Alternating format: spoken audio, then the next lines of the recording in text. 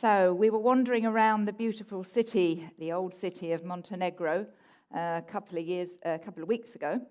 It used to be a part of old Yugoslavia. We just visited England to see our elderly parents. We were following down one very small little alleyway with occasional restaurants that would just spill over onto the cobblestone path, when it opened up onto a lovely small square with a couple of tables and chairs outside. But we looked twice, I think Chris has got a picture, when we saw that the table seemed to be propped up by an old piece of rock. We went over and discovered that the rock was indeed very old.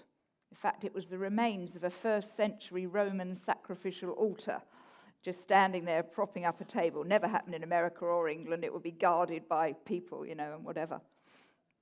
And in the reading today, we heard of Moses, who did a double take when he saw something out of the ordinary. He saw a burning bush. Scientists have written, evidently, about bushes that can spontaneously ignite when various gases are released. But Moses noticed something unusual as the bush wasn't actually burning up. There was no ash, no soot. Although in his Bronze Age culture, for that's when he lived, there would already have been something special about a burning bush, because the gods of the day, the deities, were thought to appear in the form of fire. But there was something else happening here, enough to get his attention. What on earth was going on with this non-burning thing? So like us in Montenegro, he went closer, and he heard a voice speaking to him from the bush. A voice? Well, perhaps that wasn't that unusual, though nowadays maybe it's more common from ingesting certain substances. But it would have been terrifying, yet fascinating, out of your control, beyond you, and engendering a real sense of awe. The voice does identify itself a few verses on, as we heard. Thank you, Doug, for not ruining the reading. A few verses on, as to which God it was. For there were many gods around then, but the voice said, I am.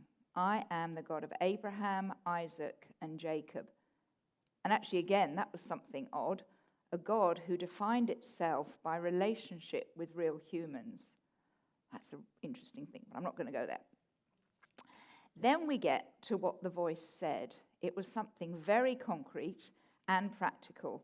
Feet on the ground type practical. Take your shoes off. So he kicked off his flip-flops and put his feet on the dusty, dirty ground. And then the voice told him that the ground his bare feet were touching, was holy. This ground that was literally holding him up, as it does us all. And so also there was nothing between his flesh and the ground, and he was part of this sacredness. He too was worthy of respect and reverence, and he too had the imprint of the divine, the Creator God in him. Now, in case you're thinking that Moses was deserving of this experience, that he was a holier-than-thou kind of mystic hermit, as Doug read, he'd killed a man in his past, and he was actually living in that desert place because he'd been on the run some years ago. So he certainly didn't have a good track record, far from it. So what all this meant was that this was breaking all understanding that Moses had of the sacred. Imagine. The holy had spilt over onto the ordinary earth, the dust that Moses was made of and was part of, and it had addressed him. So there's two things here. The earth is sacred, the earth is holy, and I am sacred. We all have the imprint of the divine in us. So immediately, let's go to, so what? What's the application for us? So one, what difference would it make to you and our relationship with our home, this planet, if you lived as though, in the words that Mary sang, everything is holy now? Maybe walking barefoot would help us to feel that connection. I know we're privileged here, we can walk on the beach in our bare feet, and I tried to find a picture that by our beach access, there's usually a load of beach sandals, flip-flops. So everybody kind of leaves them at the entrance to the beach and they walk onto the beach, which is a lovely image. But I wonder if we did walk barefoot a bit more often, maybe it would remind us that we'd be more conscious of the fact more thoughtful, more mindful of what we do, that we're connected and everything is holy. I bought a Lomi kitchen appliance to compost. It's a bit dangerous to compost here because of bears, so you can't really do it outside very well. Or you may, like me, have a load of reusable non-plastic bags in your trunk of your car so that we don't need to use the plastic ones at the grocery store. And I've got a friend, Sarah, who tried not to buy plastic-wrapped goods at a store for 6 months, which was really hard. Or maybe you're using less paper products. I could keep on, but I'm not, because what I really want to get to is my second point of application, which is this: what difference would it make if you really lived in the awareness that you, each of us, are sacred, and that the divine DNA is at your very core? That truth is from the scriptures. Christ in you, the hope of glory. Colossians 1:27. You don't need to do anything, and you know that's enough and you're enough. What if we felt that in our hearts? In the mid-1950s in Bangkok, Thailand, there was a huge grey statue of the Buddha, and it began to crack due to heat and drought. When monks arrived to investigate it, they noticed that when they shined flashlights into the cracks, to their surprise, there was a sheen of gold. It was an ordinary clay statue, but the gold it was made of had been covered up with clay to protect it from invaders carting it off 600 years earlier. But the gold was at the core, on the inside. And that story made me wonder if we need to do a little bit of work and get the flashlight to shine inside of us to remind us that we do have gold inside of us. That maybe for too long we've covered up and hidden. We've forgotten that we and everyone we meet has this spark, this light, this gold, the sacred DNA. Thomas Merton, who's a more modern day mystic, said these amazing words. Thank you. At the center of our being is a point of pure truth, a point or spark which entirely belongs to God. It's the pure glory of God in us. It's like a pure diamond blazing with the invisible light of heaven. Our culture is full of people with shame, and I think the doctrine of original sin that I grew up with has probably added to that big time. Maybe you're one of those. And isn't it interesting that the root of that word shame, that it comes from the word to hide or to cover? We have shame about our failures, the bad things that we feel about ourselves, our mistakes, our not feeling as good as others, however old we are. We cover it all up and we believe those things in the end. I've had a lifetime of practicing as a clinical psychologist and therapist, and I've seen this all over the world, wherever I've worked or been in different cultures and places. Sometimes you can see it physically. People avoid your gaze. Heads are hung low. They walk like this. The true self, that gold, is just covered up. Often the cause of how we feel about ourselves goes back a long way, maybe to childhood, a marriage that didn't work, some other way we messed up. Maybe it's what someone, a teacher or a friend, said to us. Maybe it's social media that says you're not pretty enough, you don't look like this. We had great fun in Montenegro. There was all these young women, mostly, doing these incredible poses, for pictures. It's like, oh my God, I tried, it didn't work. But you're not bright enough. You're not strong enough. You're not the right shape. You're not the right size, the right color, the right gender, or you won't amount to much. And those words get embedded in us and become part of our story. So we no longer hear that true self, that truth, that we too are sacred, that we are holy, we are loved, and we are lovable. So what can we do to become more aware, I've forgotten my prop, of what's inside of us? And there's not many little keepsakes that I've kept from when I was a child, but evidently I was 8 when this little thing was given to me.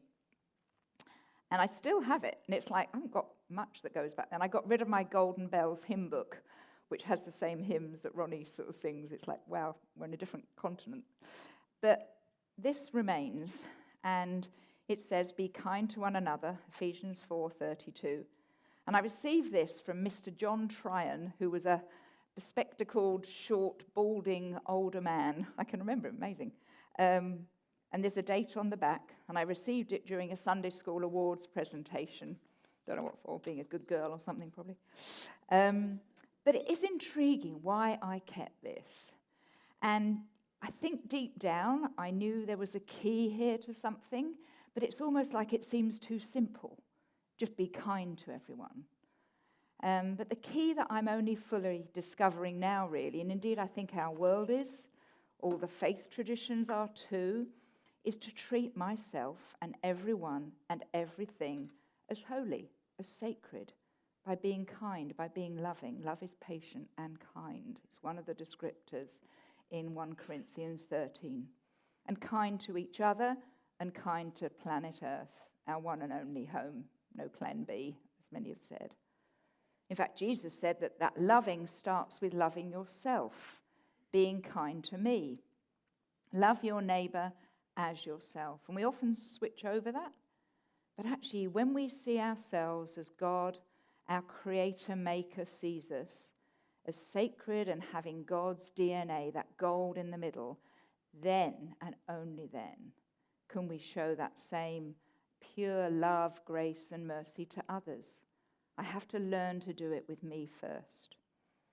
You might remember the image that Jesus talks about taking the log out of your own eye before removing the splinter in somebody else's. And Jesus would have known how irritating that was. If you remember, he was a carpenter working in a carpenter shop, and if any of you have ever worked with wood or anything like that, it like gets in your eye, and it's really irritating. Obviously, before guidelines of what you're meant to use in terms of wearing safety goggles. You know, how easy it is to see what's wrong with other people. To see ourselves as fine, but gosh, they should get their act together. I wear contact lenses more for reading and whatever. But if I lose a contact lens, it's really, I can't do anything. I'm sure you're the same if you do that. Or if you get something in your eye, it's like you're trying to dig it out, and it makes it worse, and it affects all of you. And your eye is so small, and the plastic contact lens is really small. But then finally you get it out, and things become clear. So, practically, how can we be clearer about the logs that we have in our own eyes so that we can deal with them and then see the sacredness in others more clearly and be kinder? 4 ideas. Number 1, listen to how you speak to yourself. So this is a survey here. Hands up if you have a dog or have ever owned a dog. Hi, I want to see. Love it. It's only, Joe and Heidi, you have had a dog. I thought it was just me and Doug and you. Oh, gosh. There really is no hope. Anyway, so that's amazing. That's pretty much everybody. But the incredible thing is if you have a dog, and most of you have, how do you speak to your dog? I wonder if you say, stupid, you did it again. You should know better. How old are you? You're still doing this stuff? You mean you messed up and lost it with that stupid neighbour? You mean you pooped where you shouldn't again? You jumped on that poor little dog? I don't think you speak to your dog like that. No. Everybody's going, no. So try noticing next time you speak to your dog, how you speak to them. And then start listening to what you say to yourself. Because maybe it's things like, you did it again. You should know by now. You're 84 and you're still doing that. You don't deserve the life you have. Look at what you did way back. You messed up 1, 2, 3, 4 marriages. And look at your children. Gosh, you should be paying for it. And you're this old and you still haven't figured out money. You're still desperate. And as for relationships, well, you're a lost case. No. You would actually talk to your dog more kindly than you talk to yourself. So maybe we need to try and change the conversation and practice saying other things to ourselves. Maybe it might help by picturing little Anna, little you. Maybe 8-year-old Anna. Oh, you messed up. That's okay. Because how else would you have learnt? You've never been this way before. There's never been another Anna like you. Oh my gosh, never been an Anna on this journey. What timetable were you comparing yourself to? There isn't a timetable. It's okay. Then maybe you could even imagine the Creator's response to you. And it might be, oh, look at her. Oh, she's lovely. She's still trying to learn this. She'll get it in the end, and maybe she won't, but hey, she's trying. She'll figure it out. Just like we'd say to a child or a puppy, right?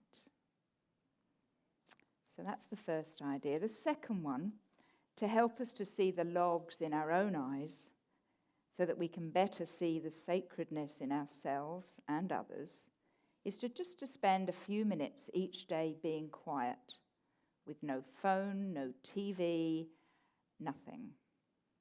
So I want us to just do a quick 5, 4, 3, 2, 1 thing with you. Don't panic, you won't be pulled out the front. But I thought, well, it's better, you might as well practice something, because then we know what we're meant to be doing. So it's just a short way to calm us, help us to learn to focus our minds, that can lead into longer times of being quiet. And that is when we're more aware of what's going on inside us, when we're not kind to ourselves or to others. So we'll be using the 5 senses, that's the 5, to see, to hear, touch, smell, and taste. So if you're with me, if you don't want to do this, that's absolutely fine. But if you do, it's easy. I just first of all want you just to stay looking ahead and just pick 5 things that you can see and just gaze at them and note them in your mind. And now for the next one, it might be easier to close your eyes if you're comfortable, to focus what's going on inside you. Now listen for 4 things that you can hear.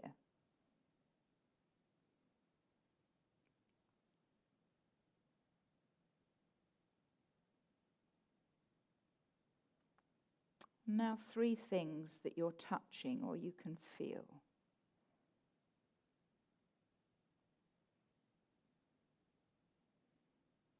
Now 2 things that you can smell.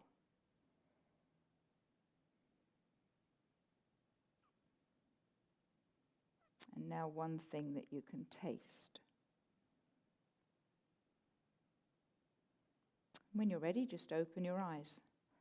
And you might notice that you're feeling that you're a bit calmer. Maybe you're breathing a bit differently. Maybe your shoulders have dropped.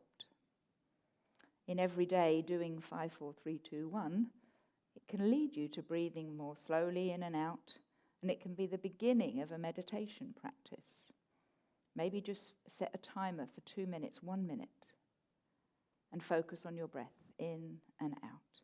And as your mind wanders, because it will, trust me, just gently, oh, here I go, come back, don't beat yourself up, just bring it back to the center. Until it goes off again, oh, it's okay, come back. So apart from calming us, being very good physically for us, we know that, and training our brain to attend to 1 thing at a time, how else does it help us? We see what the chatter is like in our head.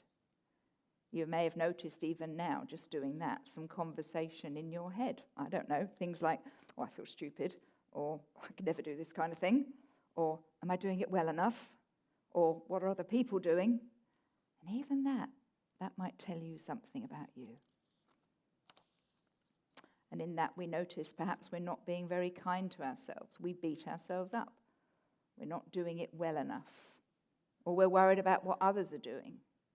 So it's a very practical thing to start to look at that log in our own eyes, our own dialogue. And we can be more aware of how we react to others and how we can love our neighbor as we love ourselves. We're changing how we speak to ourselves and changing how we speak to other people. So number 3, ask yourself, when do you find it difficult to be kind? I found this quite an interesting question that I read somewhere. When do we find it hard to be kind? Is it hard to be kind if you need to suspend your judgment rather than, well, they should get a job? Oh, hold on. I'm just going to be kind. I don't know their story. Or, well, they should just sort themselves out. They're a bit past it. They should get their act together. I don't know their story. Is it being kind when I don't benefit, when nobody else notices, I don't get any brownie points, when I don't get the credit? And a recent example actually was a text chain I was on. Somebody was ill, and I'm sure you've been on that kind of chain. It's like, oh, I can bring you a meal. Oh, I could bring you a week's supply of meals.